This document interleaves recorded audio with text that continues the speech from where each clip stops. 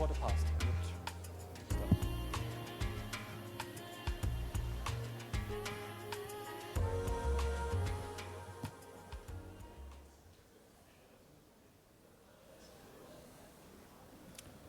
Welcome back from the coffee break to our first MLSCB keynote of the day, presented by Bill Noble. You've heard him already on Monday, and as you know from this talk on Monday, Bill is one of the leading figures in our community. He was appointed an ISCB fellow in 2017, and he won the ISCB Innovator Award this year. He plays other important roles in the community. He's, for example, a deputy editor of PLOT's CompBio. We are very glad to have him here for another talk, maybe an even more machine learning focused talk. And I wanted to share one fun fact with you before he starts. His Erdős number is actually only 3, through David Hausler and Noga Alon. So he's very close to Erdős in the co-authorship network. We are very much looking forward to his talk. Welcome, Bill.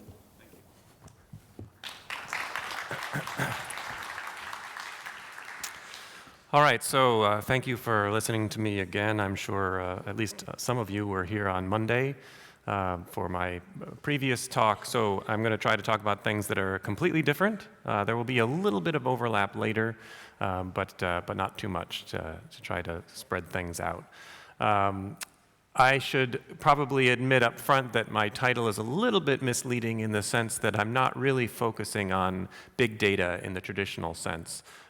This is a set of projects that relate to discrete optimization problems, in particular a class of discrete optimization problems where you're trying to select a set of examples from a larger set. And so a lot of this work is actually driven by my collaborator, Jeff Bilms, who you'll see pictures of at several points throughout the talk. He is a machine learning expert in the EE department at University of Washington, and we've been collaborating together for over 10 years now. And so I'm just going to tell you a series of vignettes about various ways that we want to choose examples from sets. So you imagine you're in this kind of scenario, you have some collection of data items, and you want to choose a subset, the red circled ones here, in such a way that they are representative of the full data set. And there are various reasons you might want to do this kind of thing. So one very popular example of this in bioinformatics is protein sequence selection. And I'll tell you more about applications where that happens, and then try to provide you with a framework for doing that in a more principled way than the heuristic approaches that are dominant in the literature. Then after that, we'll move on from sort of protein sequences to genomics. I'll tell you first about a project that we did a couple years ago in which we were interested in choosing genomics assays to perform in a new cell type, and then I'll tell you about more recent work that was done by Jacob Schreiber in my lab that was sort of addressing a more general question, but using imputed data. So let's start with the first one. The general problem that we want to address in this particular project was representative set selection from protein sequences. This is just a smattering of papers that use this kind of approach.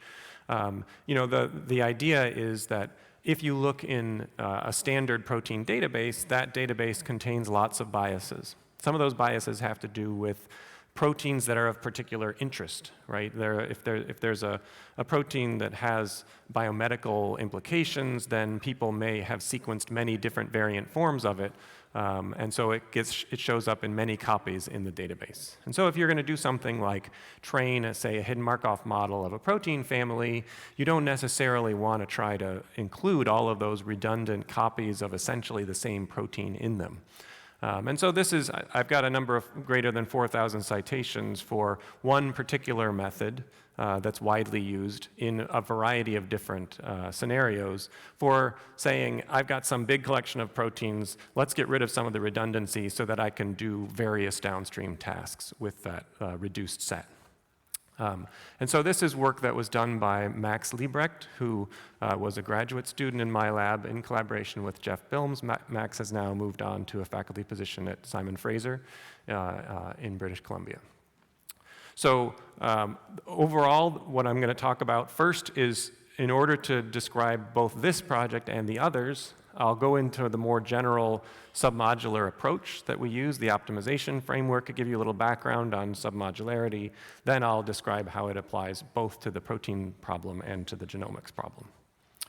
Okay, so if you look at what people do for the protein representative set selection, if you look in the literature for different methods for doing this, you find out that essentially all of the methods can be traced back to a 1992 paper from Chris Sanders' lab, in which they proposed this heuristic algorithm, which is essentially, we want to find a representative set of proteins.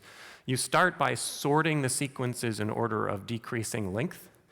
This is because many of these protein databases contain fragments, and so if you've incompletely sequenced a protein and then later it gets sequenced completely, the full-length version and the shorter version are going to be in there, and you'd prefer to take the full-length version over the short one. So you sort them by length, and then you initialize your representative set as empty, and then you just go down the list and you say, I'm going to take the next sequence if it is, the first one obviously gets accepted. The second one only gets accepted if it's not too similar to the one that's already in there. And you do this for all of the proteins that are in your growing representative set. And usually, there's some % identity threshold that's used. Sometimes it's based on a BLAST e-value or whatever. So it's actually, this can be done, so CD-HIT is the name of the most popular tool to do this from protein sequences, and Pisces is probably the most popular one to do it from protein structures. But they both implement under the hood essentially the same algorithm. And in practice, in the same way that historically p-values, people always choose either 0.01 or 0.05, and we don't really know why other than we have 10 fingers and so it should be a factor of 10. People have chosen 40% identity if they want a really non-redundant set, or 90% identity if they want a more redundant set. So those are the two sort of standard thresholds that people use. So what we're interested in is, can we approach this kind of problem in a more principled way? And in particular, you've got different possible representative sets that you're interested in considering, and we need some way to evaluate, okay, which one of these is the right one, and an algorithm for efficiently choosing a really good one. Okay, so by way of background, just to make sure we're all on the same page, I'm going to define some terminology. So for many of you, this is rudimentary, but just want to make sure we all use the same lingo. In this talk, we'll use the term set function to refer to any function that assigns a real number to every subset of a given set. So we have this set here, V, which usually is referred to as the ground set. These are the things like the protein, the original FASTA file that contains all the protein sequences you're interested in. You have some set function here, which takes a subset of the ground set and assigns some score to it. For the purposes of what we're doing here, you can think of that score as being a quality, sort of how good is this subset, although of course the notion of set function doesn't have any notion of quality associated with it. So the first question you can ask yourself is, if we wanted to do this, if we want to enumerate all the different possible sets, compute the quality of each one, assume that you can compute the quality quickly, how long is it going to take you to do that? Well, it shouldn't take you long to figure out that there are an awful lot of subsets of any given set. In particular, there's 2 to the n of them, and so this could be a very expensive proposition. So what we're going to do is exploit this property of a particular class of set functions known as submodular set functions.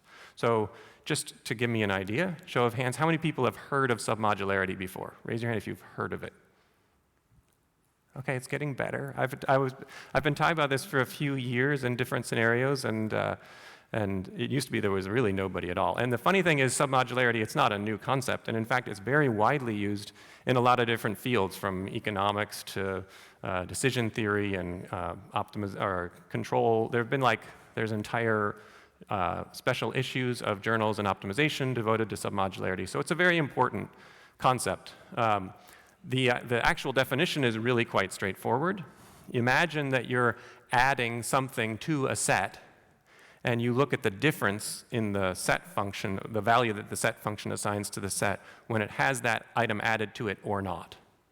The idea of a submodular function is that the gain, that difference is called the gain, and that gain has a diminishing returns property. That is, as your set that you're adding to gets larger, the gain associated with adding elements to it gets smaller, or at least it's less than or equal to the smaller one. One way to think about this, if you go to McDonald's, is it's like pricing in McDonald's Happy Meals. So if you imagine that you're going to buy a burger and a Coke, you can look at the gain associated with, you buy a burger, the gain associated with the cost of a Coke here is small, or is a particular value, but if you actually buy fries with it, then the Coke becomes cheaper because you're adding it to this larger set. So there's a submodularity to Happy Meal pricing in McDonald's. That might just be a way to remember it. Okay, so then the question is, what kind of functions have this property? So I'm going to introduce one of them just to give you the concept, and then we'll meet at least one other one. And I should say, just by way of introduction, that there's a whole universe of these things, and some of them have names and some of them don't. And so we'll just meet a few of them along the way. But here's one of the most popular. So imagine that you're Nike and you're trying to figure out where to put your store. So this is an example from Wikipedia, sort of their main example of facility location. You have all these customers, you have a possible location of the Nike store, and the idea is that you'd like to figure out how long it takes people, how far they have to go to get to the store. And so you can basically say, if I take all my customers and add up the distances of their trips to the closest store, we want to choose locations to minimize that sum. Okay? So that's the facility location. Actually, in our work, we were going to think of it as a similarity rather than a distance, and so it's a max rather than a min. So you're going to sum over all the similarities to the most similar representative in the set that you've selected. So here's your ground set, here's the subset that you're selecting. For each one, you basically say, okay, this is my ground set. I've got a similarity to each of these other members in the set. Everyone has some similarity, and you add those all up, and that's your submodular set function. And you should be able to convince yourself, if you think it through, that the gain associated with adding things will decrease as you get more and more examples in your representative set. Okay, so the question is, what use is this kind of function? Well, you can actually solve this kind of optimization problem nearly optimally. And the surprising bit is that it's like an almost trivial algorithm. Quite similar, in fact, to the CD-hit algorithm we went over before, but not exactly the same. So you basically initialize your representative set to be empty, and then for each element in your ground set, or actually no, for each iteration going up to some value k, which is the size of the set that you're trying to build, you basically add the item from the ground set that most improves the quality of A, that most increases your submodular function. And what you can show is that this was shown back in 1978, that this is guaranteed to produce a solution that's within a factor of about 0.63 of the optimal solution. And this is not an average result. This is true in every case. And furthermore, you can show, it was subsequently showed that actually that's the best you can do. Unless P is equal to NP, which is pretty unlikely at this point. So this is essentially like the key theoretical result that drives a lot of this work. And I should mention that this greedy algorithm, there are a number of variants. So you may see on some of my slides later things like bidirectional greedy and so on, because you can actually, so that for instance, there's a stochastic version of this algorithm that you can make much, much faster, which is 1 minus 1 over e minus epsilon. So it's an epsilon away from this. Or there's the bidirectional one where you basically have some large set and some small set, and you grow one and shrink the other.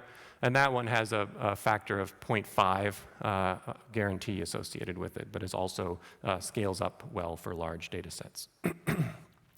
I'm not going to go into the algorithmics of the various speedups, but the point is that there are other variants of this approach. But that basically gives us a framework that allows us to now return to the redundancy in protein sequence sets. And what Max actually did, using a method that I'll describe in a few slides, was try a bunch of more or less standard submodular functions. So there were actually 29 objective functions that we used a development set to try out in the context of trying to improve the representative set selection task. And the one that we ended up with is slightly different from facility location. In facility location, you're basically asking, what's for each example that's in the ground set, how close is it to one representative set? The sum-redundancy function is more or less saying what's the average, or actually the sum, of all the similarities within the representative set that we've selected. And a thing to keep in mind is that this thing approaches 0 when no sequences are similar to each other. So qualitatively, what this does in terms of selecting protein sequences is that it chooses a much less redundant set of proteins, with the cost that occasionally it lets in pairs of proteins that actually are quite similar to each other. So in this plot, we're looking at percent identity along the horizontal axis here, and the number of within representative set pairs selected by the CD-HIT algorithm in blue, and this is bidirectional greedy on the sum redundancy approach. And what you can see is that by construction, there's nothing, we're at 0 here for CD-HIT, because it enforces that you don't have anybody who's got a similarity less than, greater than 40%. Here, you do get some pairs over here, but it turns out to be worth it overall because you have much less redundancy within the collection that you actually end up with. So in practice, this has important implications. So the nice thing about the protein sequence selection task is that, as someone mentioned earlier this week, you can use protein structure sort of as a semi-orthogonal way to validate that something's working well. And that's what we did in this case. We used SCOP, which is the structural classification of proteins, based on protein structures, as a way to say, this is a way to categorize protein domains based on their 3D structure, and a good representative set should select examples from different families in the SCOP classification before it selects 2 examples from the same family. So one thing I didn't point out before is that the greedy algorithm has this nice property that even though I wrote it as 1 ... k, where k is the size of the set you're going to select, because of the way the greedy algorithm works, it really just induces a complete ranking. So you can run the greedy algorithm once up to the full size of your ground set, or as the largest possible representative set you're interested in, and then in a post-processing step just say, at any threshold along there, I get a representative set of the desired size. So in this picture, if we run a selection on, so what we've done is used the sequence similarities and TSNE to project to 2D just so you can see the protein domains. The very first guy that gets selected is this one over here that's in this dense region. This is the toxins membrane translocation domains. And then you can see the second one is selected from way over on the other side of the space, and the third one up here, and the fourth one over here, and so on. And we go all the way until we get to 8 and 9. And that's the first time that we see 2 domains that are within the same SCOP family. And in this case, it's not that surprising because it appears that there's 2 very different subsets of the transmembrane beta barrels. And in fact, that's true. So there's actually, they're labeled as, actually, I think these are superfamilies. I think these are superfamilies, and porin is the family name. And so the point is that there's 2 families, and it's actually selecting different families in there. So we can quantify this just in terms of how many sequences did you choose in your representative set, and how many families do you cover, right? So a perfect one would be the black line here. And random chance is here, this line down below. And what you can see is what happens if you run CD hit is blue, and green is the bidirectional greedy on the sum redundancy. One thing that we do in this and subsequent slides is we normalize this. So we say basically we're going to normalize so that the black line becomes the top of the plot and the red line becomes the bottom of the plot. So this is the same data after that normalization. And the key thing is that compared to CD hit, if you choose this is the number that corresponds to CD hit with 40% identity, you get about a 27% fewer families get covered by CD hit compared to this submodular approach. One other thing that's interesting, I mentioned previously that that the number of submodular functions is infinite, and there's a lot of different varieties of them. And also that we experimented with some different ones. So here's a different one that we looked at. We use, instead of the percent identity, we use this similarity function from this paper on rank prop that we wrote back in 2004. It's an exponential of the BLAST e-value. And then we switch from some redundancy to the facility location objective function, which I've described to you already. And qualitatively, what happens when you do that is that in terms of this benchmark, this new one, the rank prop similarity, actually does much better for smaller subsets, and then starts to perform not as well when you get larger subsets. And so one of the nice things is that submodularity is closed under addition. So all you have to do is take the two submodular functions and add them together, and then you get this, whatever color that is, greenish, darkish green line here, which basically does both. Right? So this line is a sum, a 50% mix of the two submodular functions, which actually works really well for small sets and really well for large sets. So those of you who are interested in protein sequence representative set selection, you can actually get code to do this. There's a GitHub. It's associated with the paper that's in protein science. And we hope that that's useful out in the field.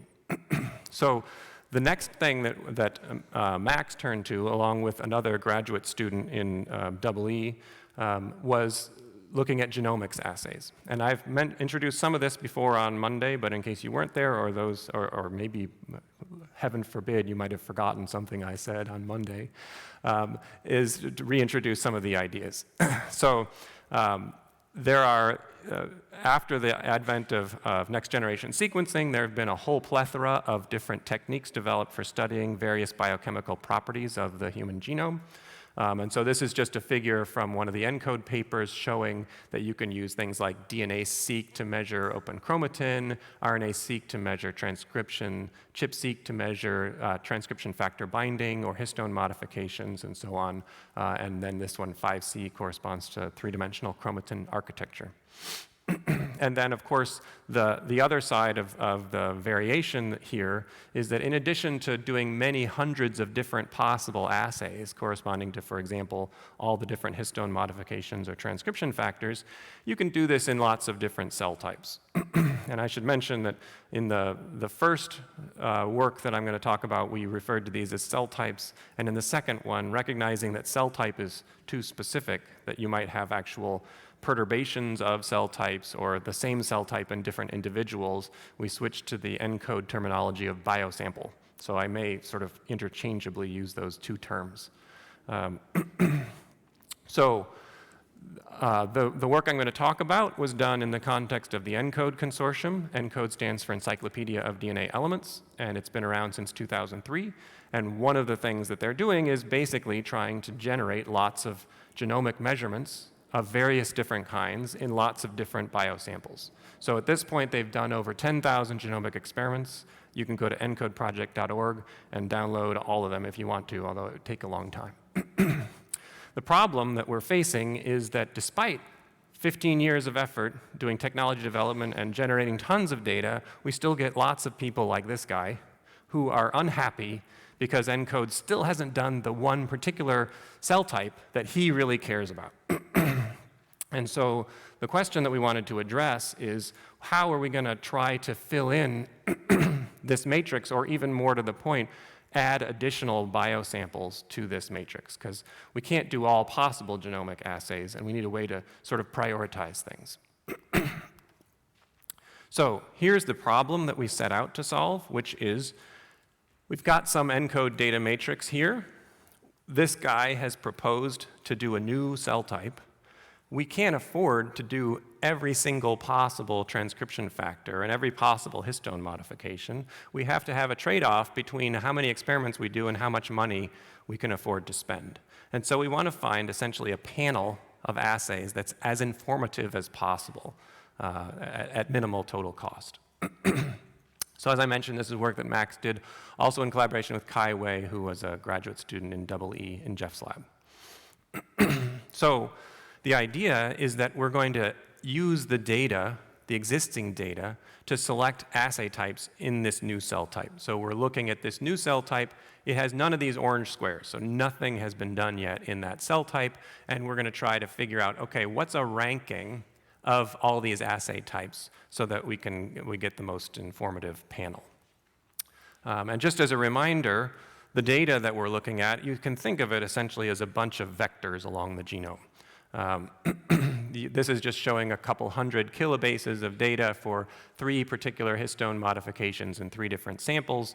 All of the readouts are based on high-throughput sequencing reads, and there are various approaches that measure different properties, but you end up with numbers that essentially represent how much a given phenomenon occurs at a given location in the genome. And so the first step is essentially to estimate similarities between pairs of assays. And we do this via correlation. You could imagine lots of different ways to estimate these kind of similarities. There's some good evidence in the literature from previous studies that correlation is a reasonable place to start. We haven't really done much exploration of other ways to do similarity, but correlation seems to work fairly well. One key point to remember, which is we're going to return to this later, is that the correlation by definition can only be computed on pairs of assays or on cell types where a given assay has been performed in both of those cell types. If the data is not there, you can't compute the correlation. And so these are kind of average correlations. This is just showing a panel of histone modifications. Everything's correlated perfectly with itself, and then you have other kinds of patterns of correlation. Now, for this work, we ended up using the facility location function. So the quality of a given panel of genomics assays is estimated by this function, where, again, you're maximizing the correlation according to this function. So the nice thing that we saw, first of all, was we ran this sort of to recapitulate a choice that had to be made by a sister consortium called the Roadmap Epigenomics Consortium. This consortium had been planning to essentially choose a panel of histone modifications that they thought were representative of diverse kinds of biochemical activity along the genome. And this is the choice order that the representative set selection came up with, and these are the guys that were actually chosen by the Roadmap Consortium as the ones that were the most informative. You can see the 5 out of the first 6 are basically the same. The other one would be this H3K27AC, which they actually would have put up here, and these 2 are quite similar to each other. So that was gratifying. But one of the challenges we faced with this task was that we didn't have an external gold standard. In the sequence selection problem, it was very nice because we could say the structure is sort of more or less independent way to get orthogonal labels. And so in this setting, we had to design, and in fact, most of the project was centered on designing ways to measure how well we were doing. And so what we thought about was, if somebody was going to develop one of these panels, run one of these panels, what would they do with it in terms of downstream application? And so one thing you could imagine doing is using the panel of assays to impute new data. Another one would be to train a classifier to identify functional elements like promoters and enhancers. And another one would be use the panel for something we call semi-automated genome annotation, which is a dynamic Bayesian network-based approach for doing unsupervised learning on the whole genome, something that had been developed previously in our lab and some other labs. So we set up this cross-validation framework. The key is to make sure that we're not getting leakage between the train and test set. So we have this cell type that we're going to do the evaluation in. we take the genome and we partition it by chromosome in practice. You have what's called the source set and the target set, and you do your assay panel selection in this source set over here. This gives you a panel which you can then feed into your evaluation function and compare to the target set and get some measure of quality. And so in practice, the way this works for example, imputing missing data is that your panel is split here. You choose your panel, you train a regression model to predict what's going on over here, and then you look at the target assay and evaluate the R-squared between the predicted values and the true values. In the functional element prediction, it's quite similar. The only difference is that now the model is a classification model where we're predicting things like enhancers and promoters. And so the evaluation metric in that case, rather than R-squared, is the area under the precision recall curve. And then finally, the semi-automated genome annotation, this is an unsupervised method, so you don't have the split here, but you run this software called Segue, which gives you an annotation of the genome, and we just basically evaluate how well this annotation explains the variance in this held-out assay. So in each case, we were able to show that choosing representative panels using the submodular selection was much better than if you just chose panels at random. So what you're seeing in this plot, this is for the assay imputation, this is the functional element prediction, and this is the annotation-based evaluation. And so this is a normalized performance measure for the three. The box plots correspond to what happens if you randomly choose subsets of panels. And then you have the most frequently performed assays, which is we sort of thought of as a baseline. If these are the things that people do most often, maybe they think that they're representative. And then we have two variants of the selection. So we actually called these submodular selection of assays future and SSA past, in the sense that what I've been talking about so far is the past variant, where, actually, is it the past? Which one is which? I've been talking about the past version. So the basic difference is whether or not you allow the selection to use data from the biosample that you're interested in. So the scenario is either this guy came to us and said, I need you to look at an entirely new biosample, or somebody says, among all the biosamples in ENCODE, this one only has 2 measurements done in it, and I want to do some additional ones, right? And so now you're selecting more measurements to be done, and you're allowed to use those 2 in that cell type. And so that's the difference between SSA future and SSA past. And so the future version actually works a little bit better because you're getting information from the cell type of interest. So this was quite promising, and again, we made software available for, and actually a web page for people who wanted to choose this, choose panels of assays. But now fast forward to the present, what Jacob Schreiber, who's sitting probably over there somewhere, has done over the last few months is combine this with some of the ideas that I talked about in the talk on Monday. So Jacob has been developing this the piece of software called Avocado. And I went over this on Monday, but I'll just do a quick recap to remind you. The task that Avocado addresses is the imputation task. And what you're seeing here is real data and imputed data for a particular assay and a particular biosample. The way that Avocado works is something called deep tensor factorization. You can think of the data that ENCODE is generating as a cube. It's a 3D tensor in which the dimensions are assay type, biosample or cell type, and then genomic position. This is not a cube drawn to scale because obviously the genome is much longer. These are, a couple hundred on each of these axes. This one is, in principle, 3 billion.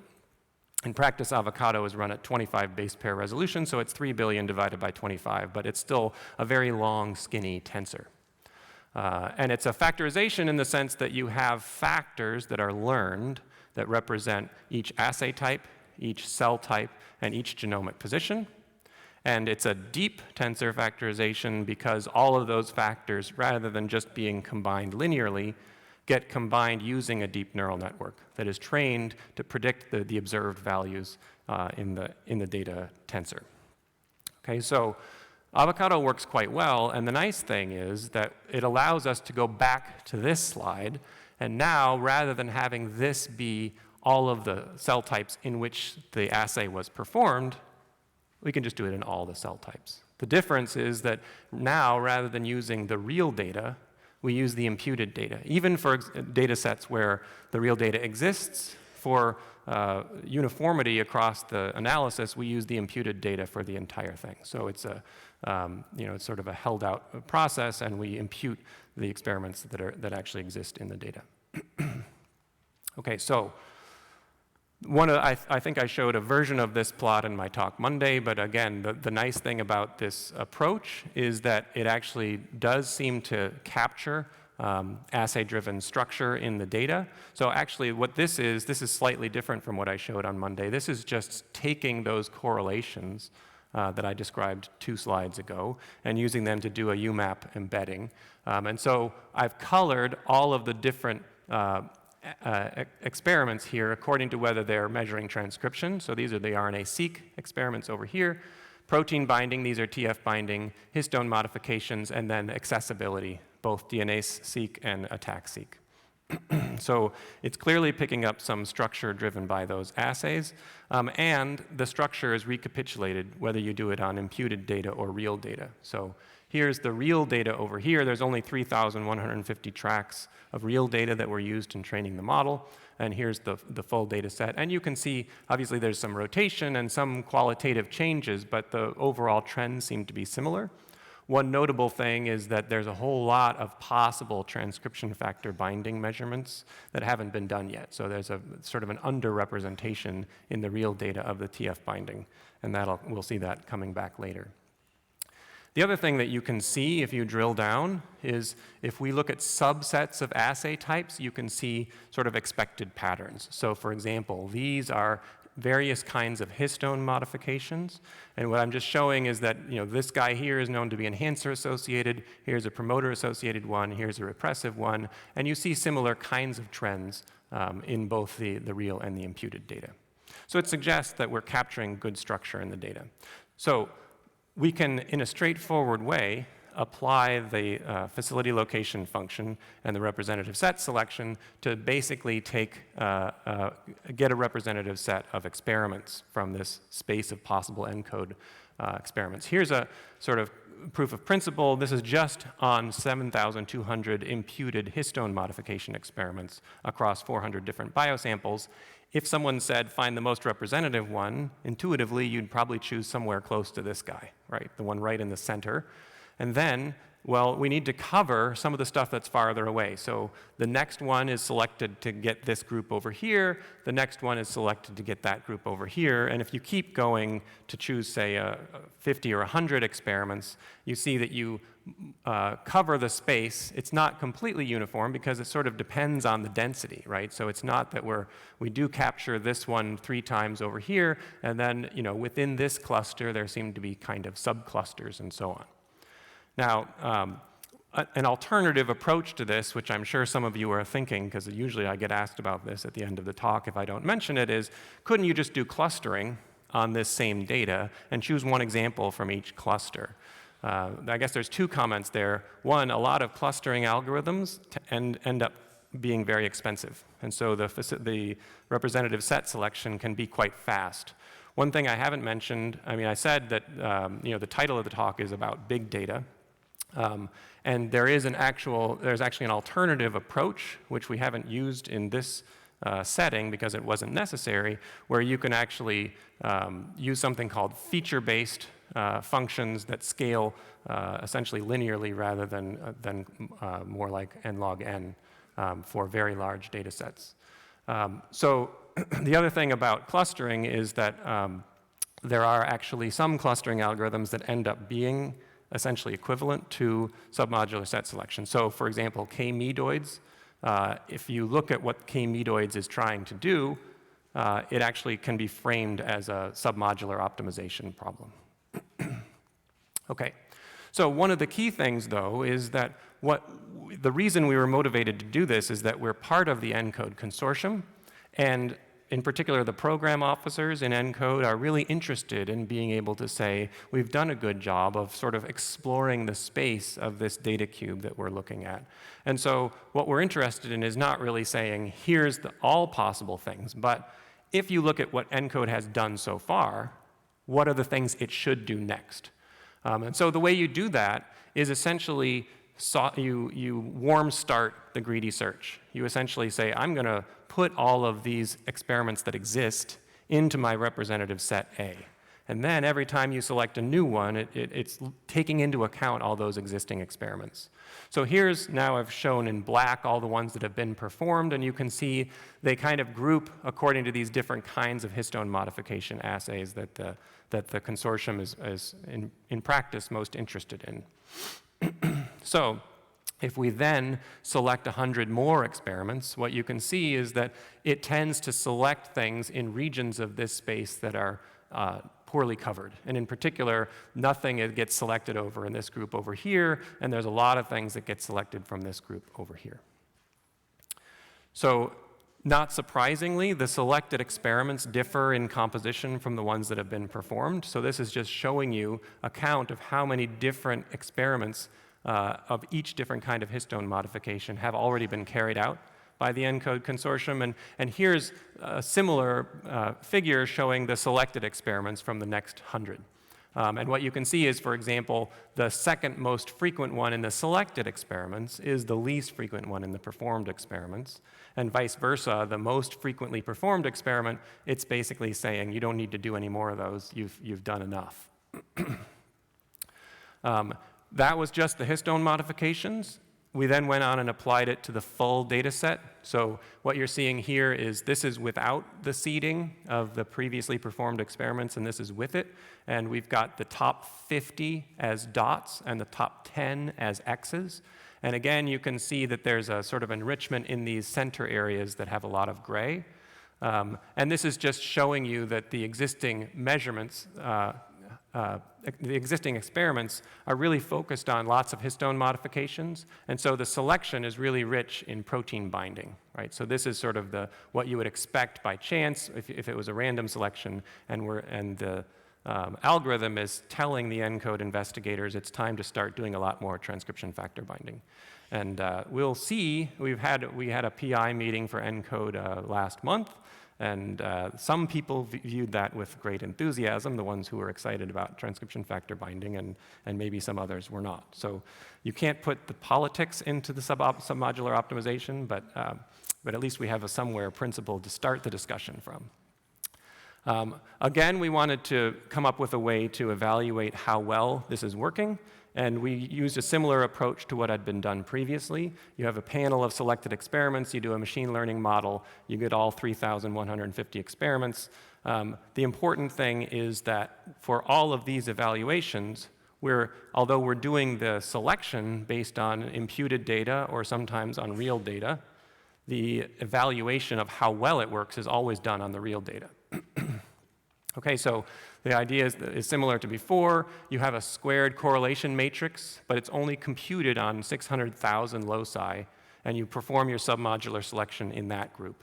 Then you train your model on the selected selected experiments on another 500,000 loci, and then test on a held-out set. And so this is actually all being done on 1.2 million genomic loci that are in these so-called ENCODE pilot regions, and that's just for efficiency. So here's the main quantitative result. And the main thing to see is that if we just choose panels randomly, those are the gray dots here. We did 10 random selections of the same size as the true panels. Those perform, in terms of the mean squared error between the real and the imputed data, worse on average. And the difference is large, or especially for small numbers of assays that are chosen. And as you get larger and larger, the difference gets smaller and smaller. One interesting trend, if you choose based on imputed data versus choosing based on the real data does slightly better for very small ones, which is not that surprising because imputation is not perfect. It is a little surprising that it suggests over here that maybe the imputations are actually working better in this area, which suggests that maybe there's some noise reduction that starts to come into play when you have really large, it starts to become important when you have really large sets. And this is actually, this kind of thing has been suggested before, this noise reduction property of the imputations in previous work by Manolis Kellis and Jason Ernst on imputation.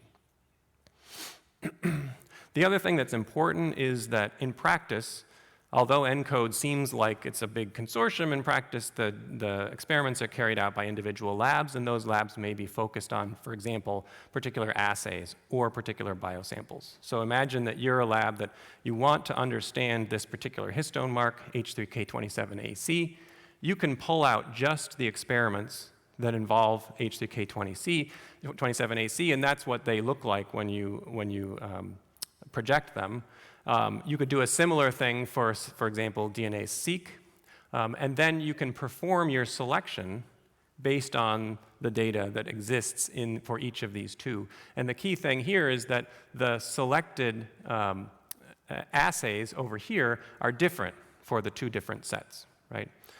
This is different from the work that Max had done previously. If you said, I'm going to go look at a particular cell type that's had, say, 5 experiments done in it, and I want to figure out what are the next 5 to do, it's going to give you sort of a cell type agnostic prediction that these are the 5 best to do when you have done those other assays in that cell type.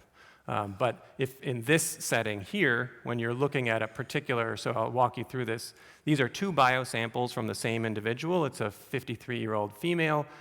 This is the liver, this is the thyroid gland. We've constructed it so that exactly the same set of assays have been performed in each. But as you can see, when you project those, they look a little different, right? Because it is different data from 2 different biosamples. And so as a result, when you do the selection, it actually suggests doing a different set of assays in the liver compared to the thyroid, right? And so this is more specific than the previous approach, which was essentially a cell type agnostic approach. Okay, so then the last thing that we noticed as we were developing this general approach was that the facility location itself can actually be useful just as a way to understand the experiments that have been performed so far. So let's say, for example, we're looking at selecting from all assays for a given biosample, and we're going to select a subset of assays. The facility location value then goes from 0 up to 70, whatever it is, 72 or something like that, the total number of assays that are available for that particular cell type. And if we look at each of the different biosamples and we randomly choose a panel of assays of the same size as the number that were actually performed in that biosample, then you get a spread here that gives you sort of a background of what it looks like if you were just to randomly do some experiments in that particular biosample. Not surprisingly, if you instead choose which ones to do using this submodular approach, you get much better, right? This is in accordance with what we've seen in previous slides. The interesting thing is that if you then look at what's actually been done, it's actually worse than random, right? It's in retrospect not super surprising because the goal of many of the studies within ENCODE are not to cover the space of scientific discovery, but to focus on, a particular phenomenon. So for example, these guys over here, these only have RNA-seq in them, right? And so if you're going to try to characterize a biosample, doing one RNA-seq and then another one is clearly not a good way to cover it, right? But it just drives home the fact that we are because of the way that science is conducted, we are necessarily taking a highly biased view of what's going on in the human genome. And so we hope that by using these more principled approaches, we can sort of at least nudge people in the direction of exploring this space of interesting new phenomena that might be unexplored. Okay, and here is just a similar kind of thing, instead addressing how well we're doing at finding diversity of biosamples. And again, there's other considerations here, right? A lot of the early phases of ENCODE were criticized because they spent a lot of time focusing on cell lines as opposed to primary tissue. And that was really because it's a big consortium, And if you want to have data that's been generated systematically across many different labs, a cell line is just much easier to work with than primary tissue. But this again shows that we're not really covering the diversity of biosample space very well.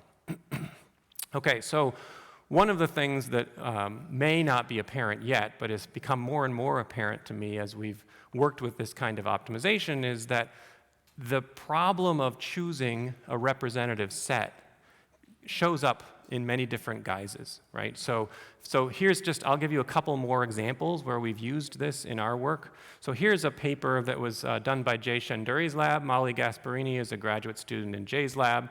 And they faced the following problem. They had developed a CRISPR-based assay for doing large-scale screening of enhancers in the human genome, right?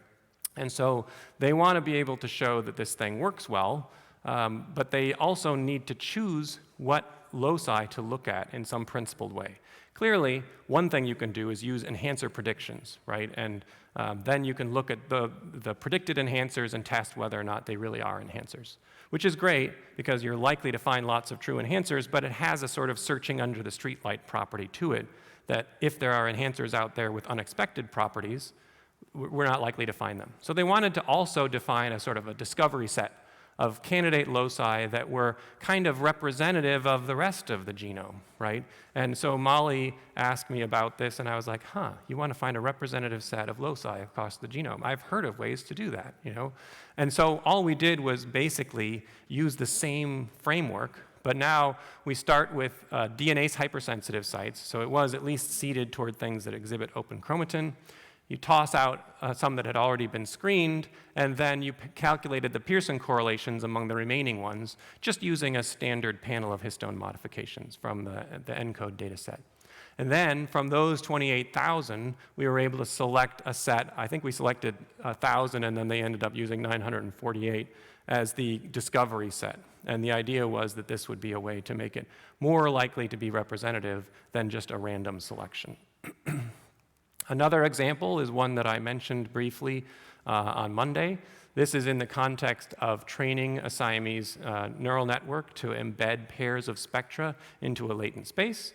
And one of the representations that we use of the spectrum is this vector of similarities, right? So this part of the input is a high-resolution similarity that's computed between the spectrum you're embedding and a reference spectrum. And so we chose 500 reference spectra, and the question is, how do you choose reference spectra that sort of are good representatives of the full collection of spectra you have? And again, you could just do it randomly, and in fact, that's what we did first. But then more recently, because Jacob had made software to make this super easy, Wout, the postdoc who's doing this, decided, well, let's do it in a representative way. And so we use representative set selection. More generally, not necessarily within bioinformatics or computational biology, but it could apply there as well. Representative set selection has been shown to be useful in the context of training large-scale machine learning models. In particular, if you're going to train a model and you have a huge data set and it takes too long to train, and you can't afford to use all that training data, rather than just randomly downsampling your data, you could use a representative subset to train your model. And so that's what this is showing. These are just two standard sort of machine learning classifier problems. I'm not going to go into the details of the difference between facility location and feature-based. I mentioned that previously. Feature-based is one that scales to really large data sets better, but it also doesn't deal well with sparsity. So that's the difference between the green and the blue line here. But the main take-home is that as you have small numbers of training examples, there is a representative set here that's doing sort of better than random. So these purple here is the average, and then the min and the max over 10 random samples to train this classifier and looking at the accuracy. And so this is a way to help when you have very small, when you want to train from a small number of examples given a large data set.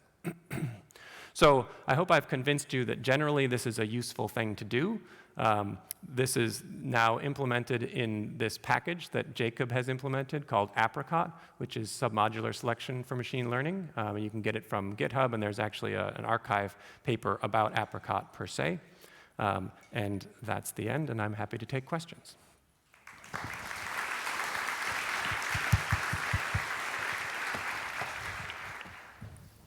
Questions for Bill? Thank you for this very good talk. Yes, go ahead. Yeah, thanks for the very nice talk. I have one question for the first part. This is choosing representative sets of proteins, and I was wondering if this could be used for shotgun proteomics, where you could try to choose representative sets of proteins that well represents the peptides and the score distribution you found. To choose sets of proteins, but toward what end? I'm not sure I understand what you would do with them. That you try to have representative for all the peptides you found and maximize oh, I see. the scores of in the peptide to protein. Exactly to do basically protein inference. I have not thought of that. It's possible. A lot of people use parsimony approaches for that problem, and I don't see immediately how to do it, but that doesn't mean it's not possible. I will say that we have used both submodular and supermodular optimization for the related problem of matching peptides to spectra in mass spec, but I haven't thought about that one. Maybe we can talk about it. I bet it's possible, but I don't know how offhand. Thanks. Yeah. Hi, thanks for the talk. I was wondering if there was ways to integrate more complicated objective functions here. So I'm thinking of, if you're choosing bioassays to do, they have different costs. They probably have different value in annotating the genome, and I wonder if that could be integrated. And then, in addition, even more complicated things like the fact that, if you're doing transcription factors in different cell types, certain cell types it's not going to make any sense to do, the cardiac transcription factors for, right? Right. So. Yes, so I did allude to the fact that there's all these different submodular functions and they're closed over various operations. So one of the things that is certainly possible is to include additional components in the score function that capture, different goals. So for example, we really want to try to, get a panel but only do it in a relatively small number of different biosamples, for example. So there's tons of different flexibility in that area. We just haven't explored it yet. So when you look at the latent space representation, it looks like the algorithm is picking assays that are in underrepresented regions compared to the experiments performed.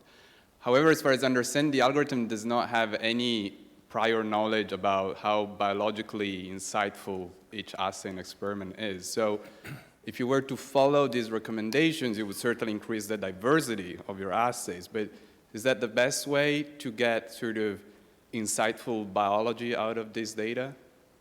So, I think it's difficult to quantify insightful biology for sure, but I think the intuition here is that at least insofar as correlation along the genome captures diversity, that the likelihood of scientific insight is higher if you see something that's more surprising or novel.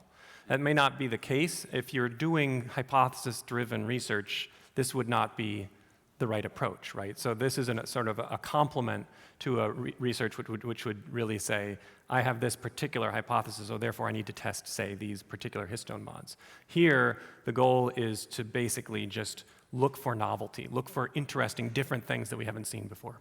Thank you. Hi, I just have a question regarding the way you select the next sample given your current set. Mm-hmm. So you use you try to maximize some kind of discrepancy measure, and I was wondering how does it compare to stochastic methods like in K-mean plus initialization?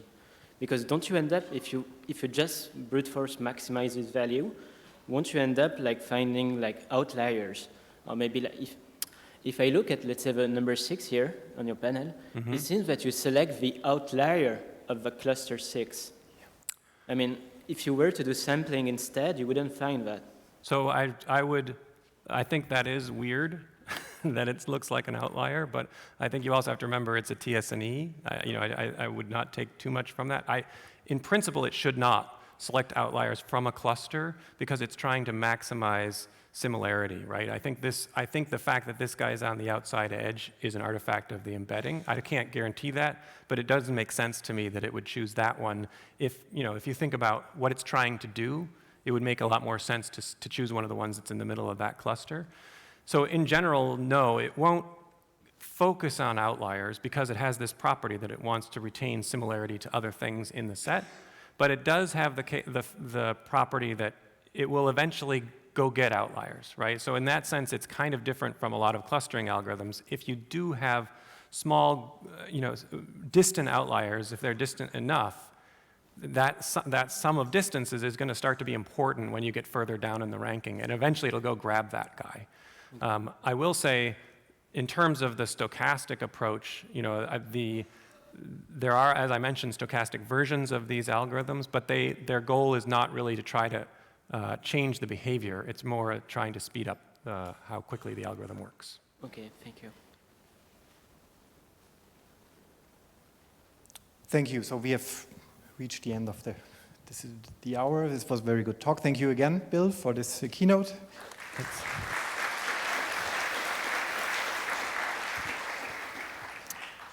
So now we move on to a series of 4 talks. And the first one is, in fact, a proceedings presentation.